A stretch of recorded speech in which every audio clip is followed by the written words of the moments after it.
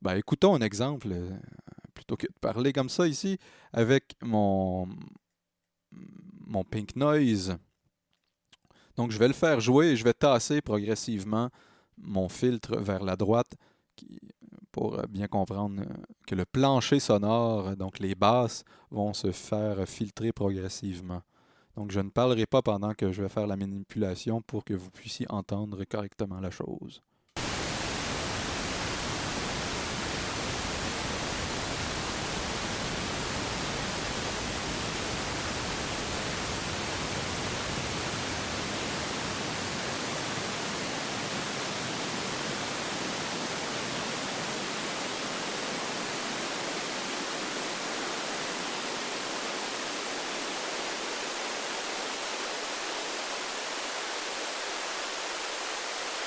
Je suis rendu au bout, je vais redescendre maintenant.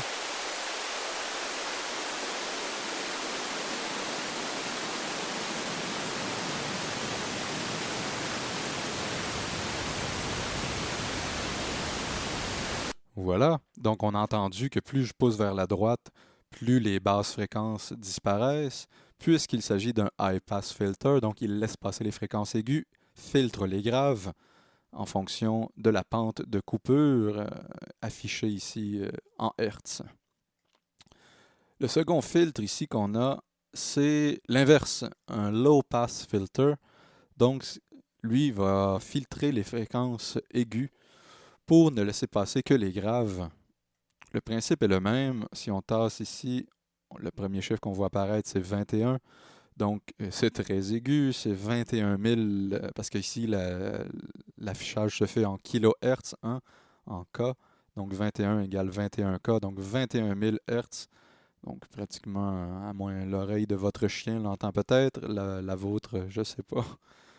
Enfin, si on pousse comme ça, bon, je suis rendu à 15 000 ici. Ce que ça implique à 15 000, c'est que le son, les fréquences se situant au-dessus de 15 000 Hz vont être filtrées par le filtre ici, low pass filter. Et ben, si je tourne ici, là, je suis rendu à 10 000 Hz, donc 10K. Toutes les fréquences se situant au-dessus de 10 000 Hz vont être filtrées. Et ben, le plus bas qu'on peut aller, c'est 3000 Hz, donc 3K avec ce low pass filter. Écoutons le même exemple avec mon bruit rose.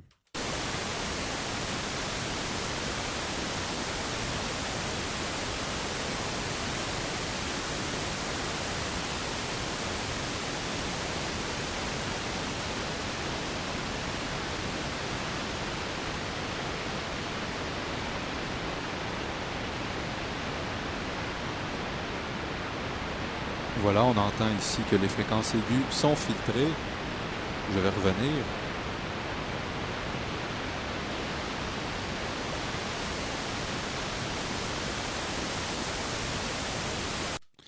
Voilà.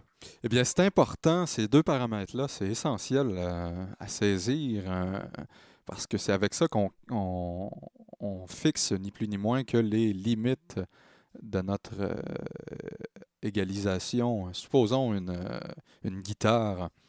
Eh bien, automatiquement, si on a une guitare et qu'on ne veut pas qu'elle sonne, que ses fréquences basses prennent de la place, notamment pour en laisser à la basse et au drum, au kick drum, eh bien ici, avec ce filtre, nous allons le placer, par exemple, enfin je donne un exemple comme ça ici, à 100 Hz, ce qui fait que toutes les fréquences en bas de 100 Hz euh, vont être filtrées sur notre guitare.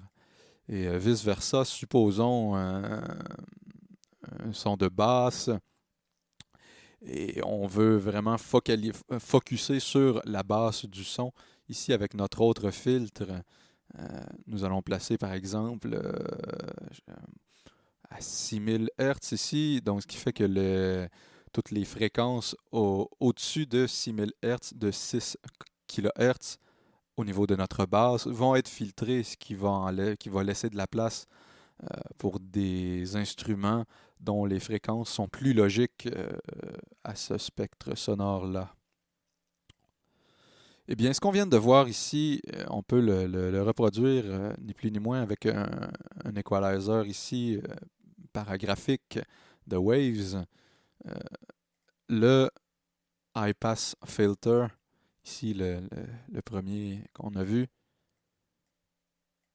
je l'active ici et on voit, si je tasse ici au niveau de la fréquence, je suis rendu à 60 Hz. On voit ici dans le bas les Hertz de notre EQ, 16 000, 8 000, 4 000, 2 000, comme on a vu au tout début. Si je tasse ici complètement, eh bien, toutes les fréquences sont filtrées. Hein, dans le cas du Waves SSL ici, euh, le maximum que je pouvais filtrer, c'était 350 Hz. Eh bien, avec un equalizer de ce type maintenant, je peux aller beaucoup plus loin, enfin jusqu'à 16 000 et compagnie. Et la même chose ici pour l'autre filtre, soit le low pass filter. Nous pouvons le faire la même chose ici, par exemple avec le dernier, pour que vous voyez bien. Donc low pass ici. Voilà, si je le tasse. Donc il faut visuellement se rappeler un peu de cette courbe lorsqu'on travaille avec un EQ plus abstrait comme ça.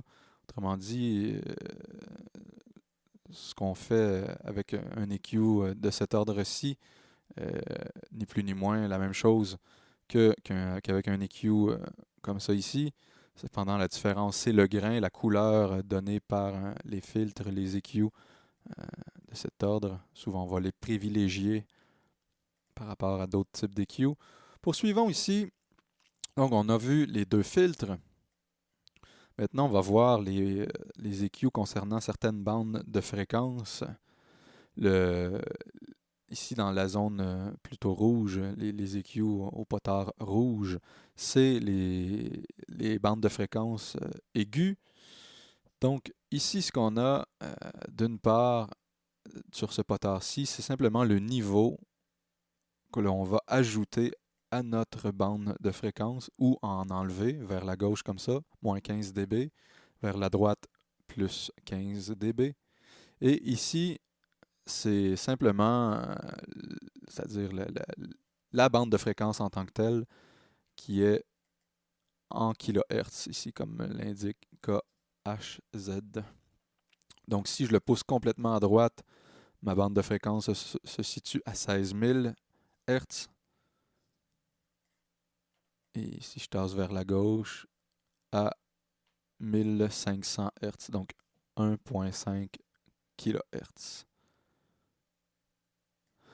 Bell, ici, ce que ça implique, c'est simplement que l'EQ va se faire en cloche. Je vous l'explique avec l'autre EQ qui est plus visuel. C'est pour ça que je me sers aussi de cet EQ-ci pour illustrer le tutoriel. C'est plus visuel.